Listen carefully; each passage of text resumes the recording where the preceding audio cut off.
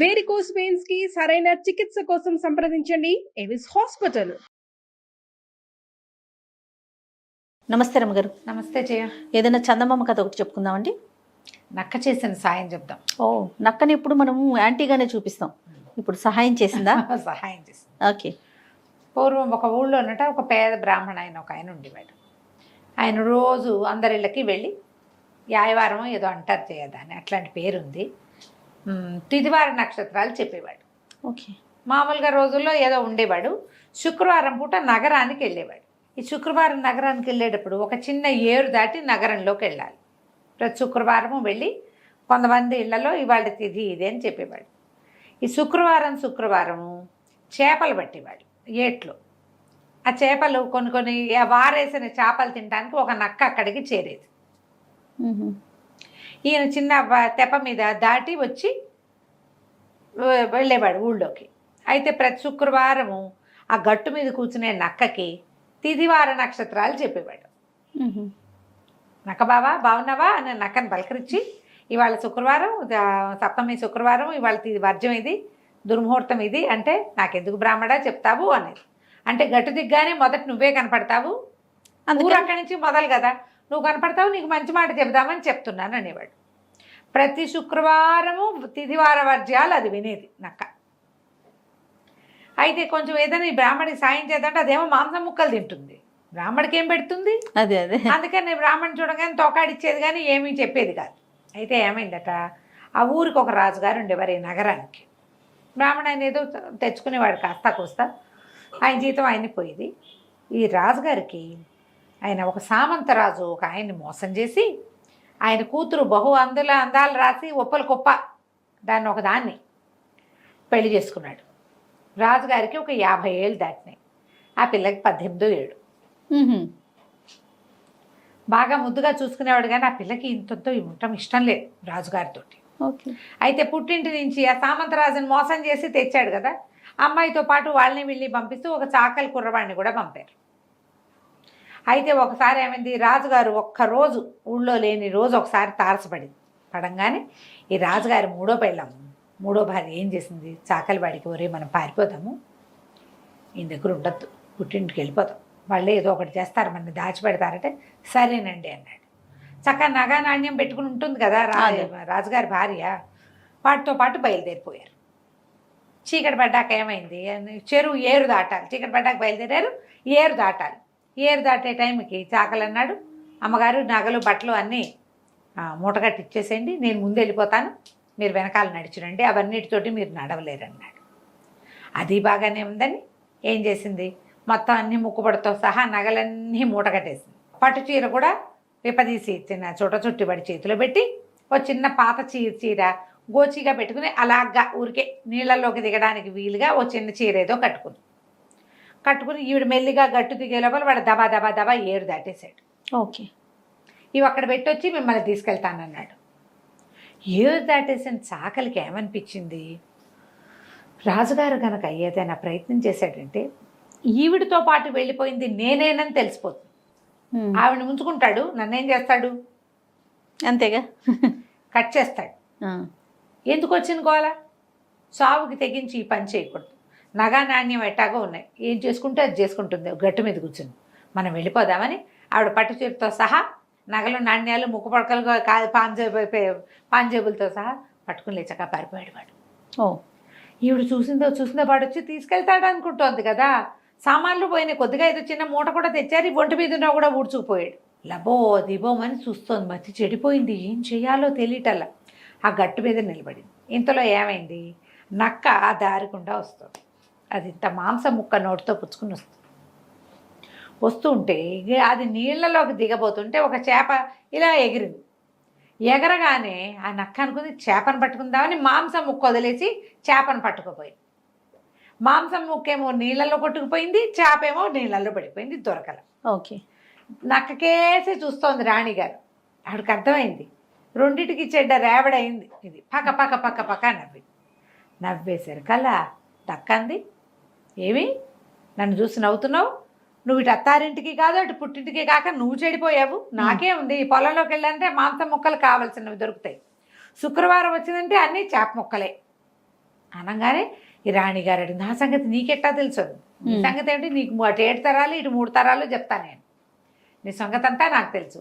సాకలాడి డబ్బులు గిబ్బులు పట్టుపోయాడు కదా, అన్ని పట్టుపోయాడు నగా నాణ్యం అనేసరికల వల ఏడ్చింది రాణిగారు. అయ్యో నేనేం చేయాలో నాకు తెలియటం లేదు, ఒంటి మీద బట్టలు కూడా సరైనవి లేవు, ఊళ్ళోకి ఎట్టబోను, నీళ్ళలోకి దిగుదామని చిన్న చీర కట్టుకున్నాను, అదే మరీ చిన్నది, బట్టలేమో మోకాళ్ళ దాకా తడిసిపోయినాయి, నగలేదు నాణ్యం లేదు, నన్ను ఎవరు గుర్తుపడతారో పట్టరో తెలీదు, గుర్తుపడితే ప్రమాదం, గుర్తుపట్టకపోతే ఇంకో ప్రమాదం. 2 ఇబ్బంది, ఏం చేయను అని లబోదిబోమని ఏడ్చింది. నక్కంది, సరే నీకు ఒక ఐడియా చెప్తా, ఈ నీళ్ళలో కూర్చుని పెద్ద పెద్ద కేకలు పెడుతూ జుట్టు అంతా ఊడదీసేసుకో, ఈ చింకి చీర ఇంకొంచెం చింపుకో, చిన్న చీరని ఇంకొంచెం చింపుకో, వెర్రి కేకలు పెడుతూ ఉండు, ఎవరు కనిపించినా సరే మా ఏట్లోంచి మట్టి తీసి చోట చేపెట్టి గట్టు మీదకి విసిరేయి, బట్టలు తడిపేసుకో, పిచ్చి కేకలు పెడుతూ ఉండు, నీకు పిచ్చెక్కిందని ప్రచారం అవుతుంది, పిచ్చెక్కి ఏట్లో పడి కొట్టుకుంటున్నావని ప్రచారం అవుతుంది, రాజుగారు ఆయనే వస్తాడు, కొద్ది రోజులు ఇలాగే పిచ్చిదానిలాగా ప్రవర్తించు, ఓ బ్రాహ్మడు వస్తాడు నీ దగ్గరికి, నక్క పంపించిన బ్రాహ్మణి పిల్ల అంటాడు, అప్పటిదాకా పిచ్చిదానిగా ఉండు, నీ పిచ్చిగా ఉన్నావు, నీకు వైద్యం చేస్తే నువ్వు సరైపోతావని నమ్ముతాడు, కనీసం వెనక్కి వెళ్ళిపోవచ్చు, పుట్టింటికి వెళ్ళి నువ్వు ఇప్పుడు ఏం చేయలేవు, వెళ్ళలేవు, నీకు తోడు కూడా లేరు, బోళ్ళంత దూరం సాకలాడలేడు, ఇంకో మనిషి కుదరడు, కనీసం వెనక్కి నీ ఒరిజినల్ ప్లేస్లోకి వెళ్ళాలంటే ఇదే మార్గం అంది. ఈ అమ్మాయి ఒప్పుకుంది.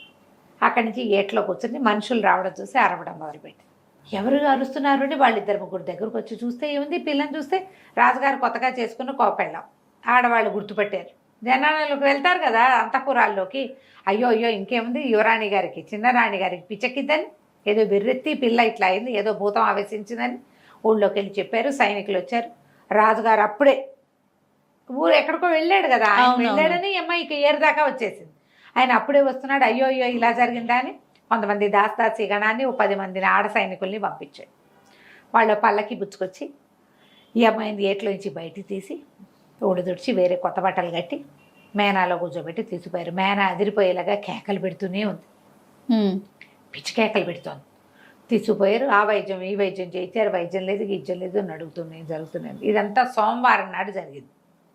శుక్రవారం దాకా కథ నడిచింది. శుక్రవారం పొద్దున్నే బ్రాహ్మడు నక్క దగ్గరికి నక్కకి వారం వర్జం చెప్పడానికి వచ్చాడు. ఆయన ప్రతి శుక్రవారం ఊళ్ళో వస్తాడు కదా. ఈ నక్కంది, బ్రాహ్మణ ఆయన నువ్వు ఇన్నాళ్ళ నుంచి నాకు వారం వర్జం చెప్పి చాలా మేలు చేస్తున్నావు, నీకు కూడా నేను ఒక మేలు చేస్తా. యువరాణిగా చిన్నరాణి గారికి పిచ్చెక్కింది, నువ్వు వెళ్ళి ఆ పిచ్చి కుదుర్చు అనేసరికి బ్రాహ్మణ అన్నాడు, నాకు అవేమి రావు బాబా, నాకు వచ్చింది ఏమిటి వారం వర్జం చెప్తా, పంచాంగం చూసి చెప్తా, పిచ్చిలు గిచ్చులు నేనేం కుదురుస్తాను, నాకు మంత్రం రాదు గింత్రం రాదు అనేసరికి నాకంది ఏమీ లేదు, నువ్వు కొంచెం మంచిగా వేషం వేసుకో, మంచి శాలువా ఒకటి కప్పుకో, వెళ్ళి పేరు రాణి గారికి పిచ్చి కుదురుస్తానని చెప్పు, నేను లోపల తీసుకెళ్తారు, కాసేపు హాం హ్రీం అని మంత్రాలు చదువు, కాస్త గుగ్గిలం పొగై, ఎర్ర పూలు పచ్చ పూలు అని పువ్వులు కావాలి అవి కావాలి ఇవి కావాలని హడావిడి చెయ్యి, హడావిడి ఎంత అయ్యాక రాణిగారి చెవిలో నక్క పంపించిన బ్రాహ్మణి పిల్ల నేను అని చెప్పు, చాలు, రోగం అదే కుదిరిపోతుంది, నీకు మేలు జరుగుతుంది. ఓకే సరే చెప్పింది కదా. సరే ఈ బ్రాహ్మణ ఆయన ఏం చేశాడు, సరేనండి ఇంటికి వెళ్ళిపోయి చక్కగా మర్నాడు శనివారం నాడు మంచి శాలువా కప్పుకొని రాజుగారి దగ్గరికి వెళ్ళాడు. వెళ్ళి కోట బయట నిలబడ్డాడు.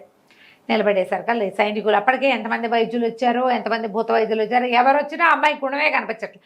నీ పైపి దొంగ పిచ్చికి గుణమే కనిపిస్తుంది. అక్కడి నుంచి లోపలికి ప్రవేశపెట్టారు. ఈయన ఎర్ర పూలు అన్నాడు, పచ్చ పూలు అన్నాడు, ఆకుపచ్చగా చెట్లు అన్నాడు, ఏమిటో అన్నాడు, గుగ్గులం పొగేయండి అన్నాడు. ఆ గదిలోకి ప్రవేశించాడు. ఆ అమ్మాయి దగ్గరికి వెళ్ళి ఆవిడ అరిచర్చి కేకలు పెట్టి జుట్టు పీక్కుని బట్టలు చింపేసుకుని నగలు తీసి విసిరేసి వచ్చిన వాళ్ళని కొట్టి పిక్కి పీకి రక్కి లాగి గందరగోళంగా ఉంది. అందరూ వెళ్ళిపోండి, నేను అమ్మాయితో ఏకాంతంగా మాట్లాడతాను అన్నాడు. అందరూ వెళ్ళిపోతే ఆ పిల్ల ఇంకా కేకలు పెడుతుంటే అమ్మాయి నేను నక్క పంపిన బ్రాహ్మణమ్మ అన్నాడు. అనగానే వెంటనే రాణిగారు బాబు దండాలండి అనగానే నేనేం చేశాడు, సరే పడుకో నీకు తగ్గిపోతుందని చెప్తాను, రేపటి నుంచి నువ్వు మామూలుగా ఉండని చెప్పి బయటకు వచ్చి రాణిగారిని పరీక్షించుకోండి, ఆవిడ జబ్బు కుదిరిపోయింది, ఆవిడని ఒక ప్రేతం పట్టింది, దాన్ని వదిలించాను, ఇదిగోండి సీసా అని చూపించాడు. సీసాలో పొగ ఉంది, పొగ పెట్టారు వీళ్ళే. ఆ పొగ ఇందులోకి వస్తే ఏముంది లోపల కనిపిస్తుంది కదా, నేను దీన్ని భూస్థాపితం చేసి వస్తానని కొంతమంది సైనికులను వెంట తీసుకుని ఆయన ఎక్కడో సముద్రం నది తీరంలో పాతేసి వచ్చాడు. రాజుగారు ఆశ్చర్యపోయారు. తెల్లారేసరికి రాణిగారు మామూలుగా అయిపోయింది, ఏమీ లేదు. అప్పుడు ఇక బ్రాహ్మణ్ణి పిలిచి బాబు నువ్వెంతో గొప్పవాడివి, నీకు అగ్రహారం ఇస్తాం, ఇల్లు ఇస్తాం, వాకిలి ఇస్తామని బోల్డని వజ్రాలు, రత్నాలు, ఓ ఇల్లు, వాకిలి, ఓ 10 ఎకరాల పొలం. అక్కడి నుంచి రోజు వచ్చి వార వజ్రాలు రాజుగారికి చెప్పే ఏర్పాటు చేశారు. సూపర్. అక్కడి నుంచి ఇదంతా తెలుసుకుని నక్క దగ్గరికి వెళ్ళి ఈ బ్రాహ్మణ ఆయన, అమ్మ నక్క బావ, నీకు వారం వర్జం చెప్పినందుకు నువ్వు ఇట్లాంటి సహాయం చేసావు. మా ఇంట్లోకి నిరాటంకంగా వచ్చి మా పొలాల్లో పండే అన్ని రకాల కూరగాయలు రుచి చూస్తూ మాతో ఎప్పుడు స్నేహంగా ఉండు నువ్వు అని చెప్పేశాడు.